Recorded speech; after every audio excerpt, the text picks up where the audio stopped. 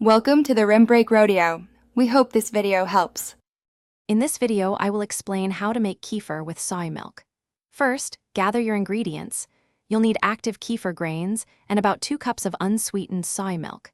It's crucial that your soy milk doesn't contain any added thickeners or sweeteners, as these can interfere with the fermentation process. Choose a plain, unflavored variety for the best results.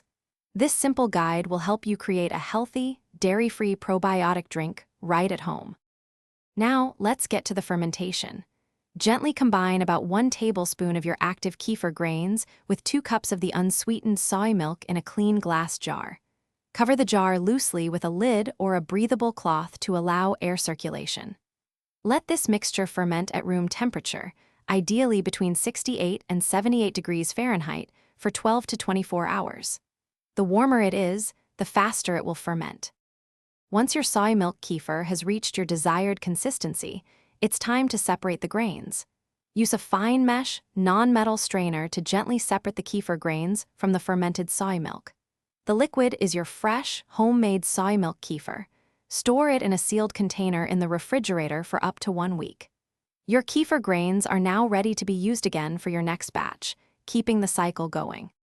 Now for the best part, enjoying your delicious homemade soy milk kefir. You can drink it plain, add it to smoothies, or even use it in recipes.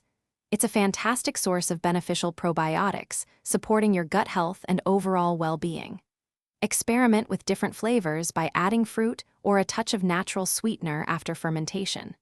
And hey, while you're making healthy choices, why not make your car smell great too? Check the description for a link to Little Tree's Black Ice and other great deals. Thanks for watching. Consider subscribing if we helped you.